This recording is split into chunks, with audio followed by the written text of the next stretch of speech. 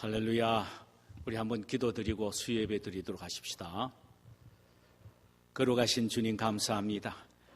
오늘 저희들이 수요예배로 모였습니다. 이 시간에 하늘 문을 여시고 주의 성령으로 충만하게 하시사 우리 모두에게 큰 은혜를 주시기를 원합니다. 사정상 나오지 못한 채 집에서 온라인 예배를 드리는 사랑하는 주의 권속들 축복하시사 주님, 여기서 내리는 은혜가 동일하게 집집마다 심령 넘치게 하옵소서. 예배 전체를 주님의 장중에 의탁하옵고 우리 구세주 예수님의 이름으로 기도하옵나이다. 아멘. 우리 험한 십자가 능력 있네 복음성 한 장 부르십시다.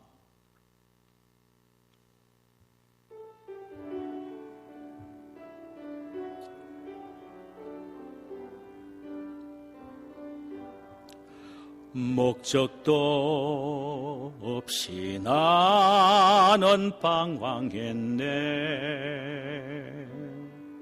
소명도 없이 살았네. 그때 주님 못 잡은 그 손길 나에게 새 생명 주셨네. 험한 십자가의 능력 있네. 거기서 나의 삶이 변했네. 찬양하래 전해름 영원히 주의 십자가 능력 있네. 나는 믿네 갈보리 언덕 십자가. 나는 믿네 그 누가 뭐라 해도 이 세상 다 지나고 끝날이 와도 험한 십자가 붙들겠네. 다시 한번 부릅시다. 목적도 없이 나는 방황했네. 소망도 없이 살았네. 그때에 못 자국난 그 손길 나에게 새 생명 주셨네. 험한 십자가에 능력 있네. 거기서 나의 삶이 변했네.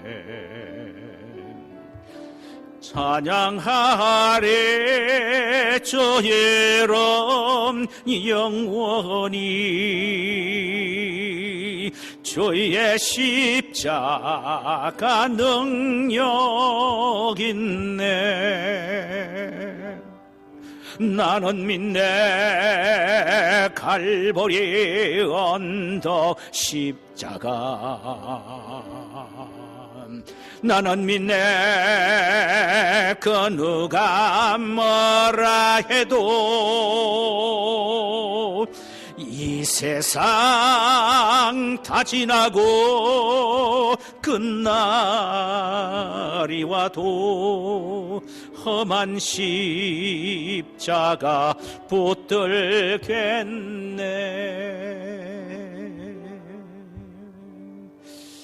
우리 시간에 하나님 말씀을 함께 보도록 하십시다. 구약 성경 요나서 4장 5절에서 11절까지 말씀입니다. 우리 한 절씩 교독하도록 하십시다. 요나가 성읍에서 나가서 그 성읍 동쪽에 앉아 거기서 자기를 위하여 초막을 짓고 그 성읍에 무슨 일이 일어나는가를 보려고 그 그늘 아래에 앉았더라. 하나님 여호와께서 박넝쿨을 예비하사 요나를 가리게 하셨으니 이는 그의 머리를 위하여 그늘이 쥐게 하고 그의 괴로움을 면하게 하려 하심이더라. 요나가 박넝쿨로 말미암아 크게 기뻐하였더니 하나님이 벌레를 예비하사 이튿날 새벽에 그 박넝쿨을 깔아 먹게 하심에 시드니라. 해가 뜰 때에 하나님이 뜨거운 동풍을 예비하셨고 해는 요나의 머리에 쪼임에 요나가 혼미하여 스스로 죽기를 구하여 이르되 사는 것보다 죽는 것이 내게 나으니 이다 하니라.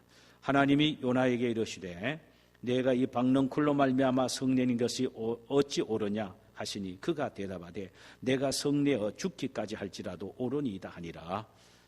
여호와께서 이르시되 내가 수고도 아니하였고 재배도 아니하였고 하룻밤에 났다가 하룻밤에 말라버린 이 박넝쿨을 아꼈거든. 함께 읽읍시다. 하물며 그 성읍 니느웨에는 좌우를 분별하지 못하는 자가 12만여 명이요 가축도 많이 있나니 내가 어찌 아끼지 아니하겠느냐 하시니라. 아멘. 할렐루야. 우리 주께서 오늘 이 시간 우리 모두에게 은혜를 주시기를 원합니다. 성령께서 우리 모두의 마음을 터치해 주시기를 원합니다. 이 시간 함께 나누고자 하는 말씀의 제목은 하나님의 물으심입니다. 본문은 요나서 4장 5절에서 11절이 되겠습니다. 요나가 자신이 외친 복음을 듣고 니느웨 백성들이 회개함으로 하나님이 그 뜻을 돌이키시어 그 성에 내리기로 작정하셨던 재앙을 거두시는 것을 보고는 노하여 분하게 됩니다. 그리고는 하나님을 원망하고 자신을 죽여달라고 항변한 후에 니느웨 성 밖으로 빠져나갑니다. 하나님도 포기하지 않으시는 니느웨 성을 선지자인 요나가 포기해버리고 만 것입니다. 그리고 그 성의 바깥 동편에다가 초막을 짓고 그 그늘 아래 앉아서 성읍이 어떻게 되는가를 보기를 원했습니다. 니느웨 백성들이 회개함으로 그 성에 내리기로 작정하셨던 재앙을 거두신 하나님이셨다면 자신의 항변을 들으시고 자신의 요구대로 그 성읍을 40일 후에 멸하실 것으로 알고 그는 성의 멸망의 순간을 보기 위하여 지금 초막 아래에 앉아 있습니다.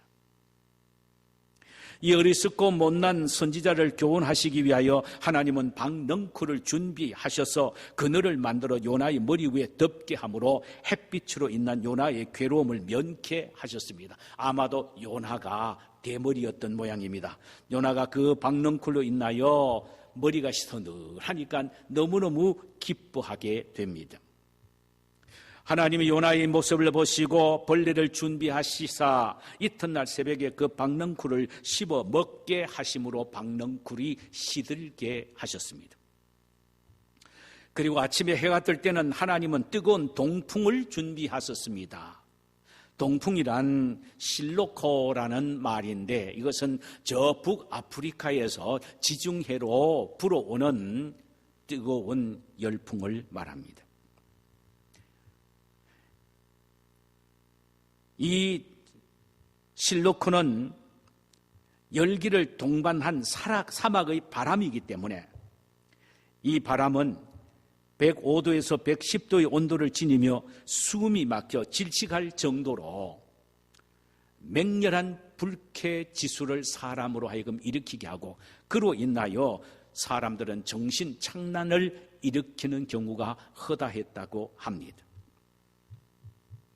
이 동풍이 불어오고 햇빛이 요나의 머리에 쬐니 요나가 혼미하여 스스로 죽기를 구하여 말하기를 사는 것보다 죽는 것이 나으니 나를 죽여달라고 하나님께 항변합니다. 하나님이 요나에게 이렇게 그 항변을 들으시고 말씀을 하셨어요. 책망하셨단 말이죠. 내가 이 박넝쿨로 말미암아 성내는 것이 어찌 옳으냐 하시니 요나가 대답합니다. 내가 성내어 죽기까지 할지라도 옳으니이다. 내 성내는 것 당연합니다라고 하나님께 항변을 합니다. 하나님은 요나의 이런 뻔뻔스러운 항변의 모습을 배우시고 그를 깨우치기 위해 다음과 같은 물음으로 이 요나서의 끝을 맺습니다. 내가 수고도 아니하고 재배도 아니하였고 하룻밤에 났다가 하룻밤에 말라버린 이 박넝쿨을 아꼈거든 하물며 이 큰 성읍 니느웨에는 좌우를 분별하지 못하는 자가 12만 명이요 가축도 많이 있나니 내가 어찌 아끼지 아니하겠느냐라는 말씀으로 하나님은 끝을 맺으셨습니다. 요나서를요.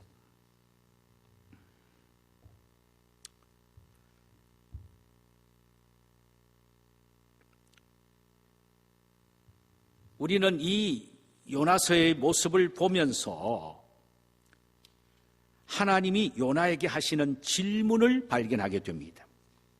이 질문은 요나 한 사람에게만 하시는 질문이 아니고 저에게 하시는 질문이요, 여러분들에게 하시는 질문이요, 우리 모두에게 하시는 질문이기도 합니다. 이제 그 질문이 무엇인지를 함께 살펴보기를 원합니다. 요나야, 너는 도대체 누구를 위하여 사느냐라는 인간 실존에 관한 질문입니다. 성밖 동편에서 초막을 짓고 앉아서 성의 멸망을 바라보고 있는 요나에게 하나님이 물으셨습니다. 요나야, 너는 누구를 위하여 인생을 살아가고 있느냐? 이 무렵에 요나는 대답합니다. 예, 나는 내 자신을 위하여 나의 인생을 살아가고 있습니다. 우리는 5절에서 이 사실을 발견하게 됩니다. 요나가 성읍에서 나가서 그 성읍 동쪽에 앉아 거기서 자기를 위하여 초막을 짓고 거기서 자기를 위하여 초막을 짓고 그 성읍에 무슨 일이 일어나는가를 보려고 그 그늘 아래에 앉았더라 라고 기록하고 있습니다. 그는 자신이 전한 복음을 듣고 니느웨의 사람들이 회개하고 돌아오는 역사적 사건을 바라보면서 하나님께 감사의 찬송을 드려야 했었고 하나님께 감사 예배를 드려야만 했었습니다. 그러나 그는 그 어떤 것도 하지 않았습니다. 그가 한 것은 자신을 위하여 초막을 짓는 일뿐이었습니다. 그는 신앙의 렌즈를 끼고 하나님을 바라보지도 않았고 긍휼의 렌즈를 끼고 니느웨의 사람들을 바라보지도 않았습니다. 오직 자기 이기심의 렌즈를 끼고 자기 자신만 바라보고 있었던 것입니다. 요나는 선지자로서 율법을 통하여 얼마든지 이런 말씀을 듣고 알고 있었을 것입니다. 내 인생의 삶의 목적은 마음을 다하고 목숨을 다하고 힘을 다하고 뜻을 다하여 하나님을 사랑하고 이웃을 내 자신처럼 내 몸처럼 사랑하라는 이 말씀을 요나는 듣고 알고 있었을 거라 이 말입니다. 그런데도 그는 하나님 사랑도 이웃 사랑도 실천하지 않고 오직 자신만 사랑하고 자신만을 위한 에고이스트, 이기적인 사람이 되었습니다.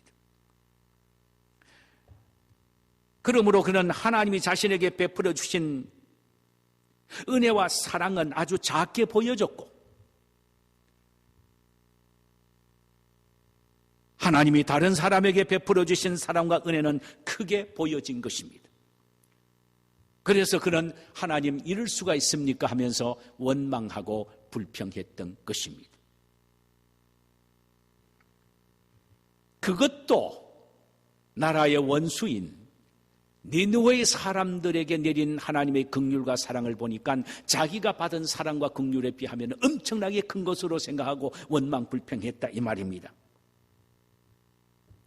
진정한 은혜는 내 자신에게 베풀어 주신 하나님의 은혜는 다른 사람보다 더 크다는 사실을 깨닫고 감사하는 것입니다.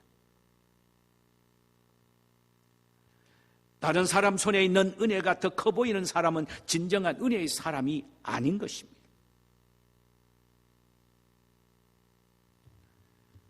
그는 오히려 니느웨에 베풀어 주시는 하나님의 은혜와 사랑보다 자신에게 베풀어 주신 하나님의 은혜와 사랑이 더 큼을 알아서야 했었습니다. 이를테면 그가 바다에 던져졌을 때 하나님은 상어가 그를 삼키기 전에 다른 물고기를 준비하여 보내셔서 그를 삼키게 하셨고 햇살이 자신의 대머리를 쪼일 때에 그 머리가 따가울까 봐 박넝쿨을 준비해 두신 하나님의 은혜와 사랑은 엄청난 것이었는데도 불구하고 별 대수롭지 않게 생각했습니다. 대신 니느웨 백성들에게 베풀어주신 하나님의 사랑과 은혜가 더 훨씬 크다라고 생각했습니다. 이는 지극히 이기적인 자신만을 아는 그런 태도이며 마음인 것입니다. 철저히 자기중심적이고 자기만을 위한 사람입니다. 그의 사전에는 다른 사람을 위한 거다, 다른 사람을 위하여 구원시키는 일에 내 인생을 투자해야 되겠다, 다른 사람을 섬기는 일에 내 인생을 투자해야 되겠다라는 것은 없었습니다. 하나님은 이 시간 우리에게도 물으십니다. 너의 인생은 누구를 위하여 살고 있느냐? 이에 대한 우리의 대답은 아주 분명해야 됩니다. 명쾌한 대답을 소요리 문답 1번에 이렇게 질문하고 대답하고 있습니다. 인간이 이 세상에 존재하는 첫 번째의 목적은 무엇이뇨? 라는 질문에 하나님만을 기쁘시게 해드리고 그분만을 영화롭게 해드리는 것이라는 대답입니다. 그렇습니다. 우리는 내 자신을 위하여 살아가는 것이 아니고 하나님을 영화롭게 해드리기 위하여 살아가는 존재들임을 알아야 합니다.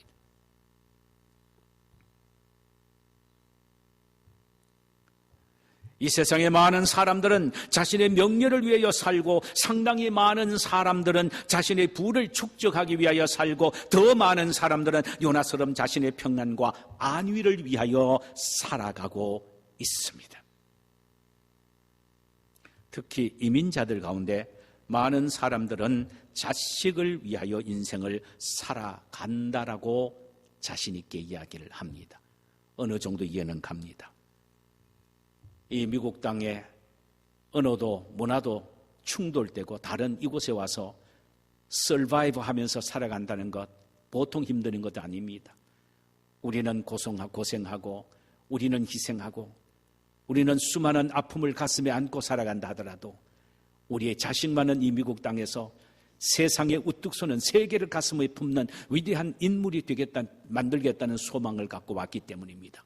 그러므로 자식들에게 인생을 거는 그것 잘못했다라고 다그치며 말하기는 힘듭니다. 그러나 어떻든 그것은 인생의 삶의 최고의 목표는 아니란 사실입니다. 그건 잘못된 생각입니다.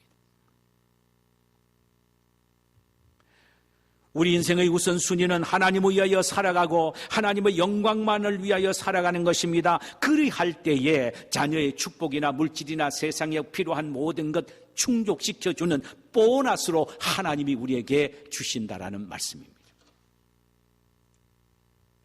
그래서 우리 주님은 친히 말씀하셨어요. 먼저 너는 그 나라와 그 의를 먼저 구하라. 그리하면 이 모든 것을 너에게 더하시리라. 우선적인 것은 먼저 그 나라와 그 의를 구하는 것이라. 그리하면은 그 모든 것은 우선적으로 주신다라고 말씀하셨는데 이것이 바로 뭐냐? 하나님의 영광만을 먼저 구하라는 말이에요. 하나님이 기뻐하시는 일만 먼저 구하라는 말씀입니다. 사도 바울 선생도 우리가 누구를 위하여 살아가야 할 것인가에 대하여 고린도전서 6장 19절에서 20절 사이에 매우 실제적으로 다음과 같이 말씀을 하고 있습니다. 너의 몸은 너희가 하나님께로부터 받은 바 너희 가운데 계신 성령의 전인 줄을 알지 못하느냐? 너희는 너희 자신의 것이 아니라 값으로 산 것이 되었은즉 그런즉 너희 몸으로 하나님께 영광을 돌리라고 했습니다. 우리 모두는 주님으로부터 빚진 자라는 것입니다. 죄값으로 영원한 지옥 형벌을 받아야 될 우리를 살리기 위하여 예수님이 이 세상에 오셔서 우리의 죄값을 지불했는데 그것이 바로 십자가에서 흘리신 보혈이라는 것입니다. 예수님은 십자가에서 흘리신 보혈로 우리의 모든 죄를 청산해 주셨습니다. 그 결과 우리는 마귀의 종에서 하나님의 자녀로 지옥 자식에서 천국 백석으로 우리의 운명을 바꿔 주셨습니다. 그런 면에서 보면 주님 앞에 엄청나게 많은 빚을 지고 있는 사람이에요. 죽을 때까지 이 빚을 다 못 갚고 죽을 수 있다는 사실을 알아야 합니다. 그러므로 우리의 삶은 전적으로 주님을 위한 삶입니다. 내 자신을 위한 삶이 없습니다. 내 자신을 위한 삶은 생각도 말아야 됩니다. 존재 자체가 우리는 주님에 의하여 구원받아 새 삶을 얻었고 새로운 생명을 얻게 되고 새로운 피조물이 되었기에 우리는 주님을 위하여 살아야 합니다. 바로 그것이 주님의 영광을 위하여 살아야 될 근본적인 이유입니다.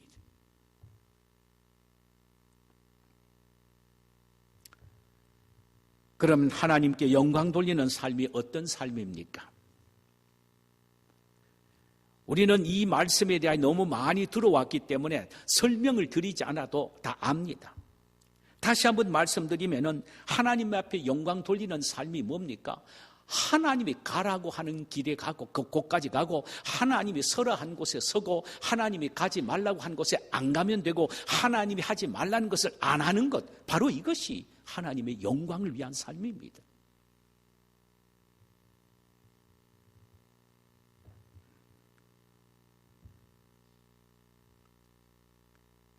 하나님께서 세상 끝까지 너희들은 내 복음을 전하라고 말씀하신다면 그 말씀 그대로 정말로 내 주위에 있는 사람들에게 복음을 전하는 일을 최선을 다하여 이루어 드리는 것, 이것이 바로 하나님의 영광을 드러내는 일이요 하나님 앞에 영광 돌리는 일인 것입니다.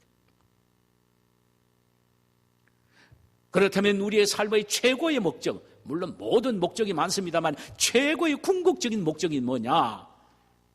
죽어가는 영혼 복음 전하여 살리는 일입니다. 이것이 하나님이 우리에게 요구하는 최고의 우리 인생 존재의 목적인 것입니다. 최고의 목적이에요. 한 사람의 영혼이라도 그들을 살려서 하나님 앞으로 인도하여 하나님의 자녀로 든든히 세우는 전도, 이것이 바로 근본적인 우리에게 주어진 목적이고 최고 영광 받으실 일이 바로 이것입니다. 우리가 전도하여 한 사람을 예수 믿게 하면은요, 하늘나라는 완전히 축제가 벌어집니다. 누가복음 16장을 우리가 이렇게 견주어서 이야기를 하면은요, 하나님은 그 모습을 보시고 한 사람이 예수 믿고 돌아오는 걸 보고 춤을 추고 계시고 즐겁고 좋아서 어찌할 줄 몰라 하시는 그런 마음을 우리는 얼마든지 감지할 수가 있습니다. 그게 바로 하나님의 영광을 위한 일입니다.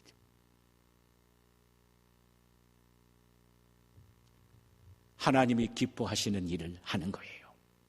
하나님이 기뻐하시지 않는 일은 안 하는 거예요. 하나님이 기뻐하시는 곳에 가는 거예요. 하나님이 기뻐하시지 않는 곳은 가지 않는 거예요. 하나님이 머물러 하는 곳에 머물고 하나님이 가라고 하신 곳에 가고, 하나님 한마디의 말씀을 듣는 것으로 끝나지 않고 말씀 그대로 실천하여 그분을 기쁘게 해드리는 것, 이것이 바로 하나님의 영광을 위한 우리의 삶의 목적이 되어야 합니다. 이런 축복된 삶을 살아가는 우리 모두가 되시기를 주님의 이름으로 축원합니다. 자, 우리 시간에 찬송 한 장 부르십시다. 67장 한 장 부르십시다.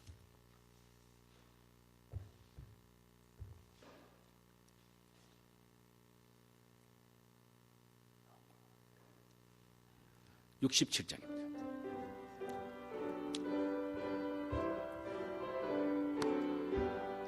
영광의 왕께 다 경배하며 거거신 사랑 늘 찬송하라. 옛부터 영원히 참 방패시니 그 영광의 주를 다 찬송하라. 능력과 은혜 다 찬송하라. 그 옷은 햇빛, 그 집은 궁창, 큰 우레소리여 주노하시고 폭풍의 날개로 달려가신다. 저 아름답고 놀라운 일이 가득한 이 땅 다 주의 조와 그 힘찬 명령에 더 비난이 저 푸른 바다는 옷자락이라 질그릇같이 언약한 인생 주 어찌하여 널 강건하리. 온 백성 지으신 만왕의 신이 그 자비 영원히 변함없어라.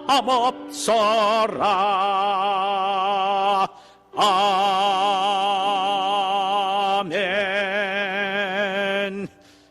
이 시간에 제가 한번 기도드리고요, 우리 함께 통성으로 기도하고 개별적인 기도를 하고 가시도록 하십시다. 거룩하신 하나님 우리 아버지, 오늘 이 시간에 요나에게 물으시던 하나님이 오늘 우리 자신에게 물으십니다. 너는 도대체 누구를 위하여 사니 주여? 가슴이 팍 막힐 정도의 참으로 충격적인 질문입니다. 우리는 이 사실을 너무 모르고 살아갑니다. 다시 주님은 물으십니다. 너는 누구를 위하여 사니? 요나는 자신을 위하여 산다고 고백했습니다. 말도 안 되는 말이지요. 주님, 우리는 요나보다 더 큰 빚을 지고 있습니다. 죄로 말미암아 죽었던 우리를 우리 주님 예수님이 오셔서 우리 죄를 대신하여 십자가에 피 흘려 죽으심으로 그 피로 우리의 모든 죄값을 지불하셨습니다. 그렇다면 우리는 주님 앞에 빚진 자로서 주님의 영광을 위하여 우리가 살아야 합니다. 주여, 우리 인생의 삶이 오직 주님 영광을 위한 삶이 되게 하옵소서. 예수 그리스도의 이름으로 기도하옵나이다. 아멘. 우리도 함께 한 음성으로 통성으로 기도하시고 가시기를 바랍니다. 고마우신 주님, 그렇습니다. 오직 주님의 영광을 위하여 살아가는 우리의 삶이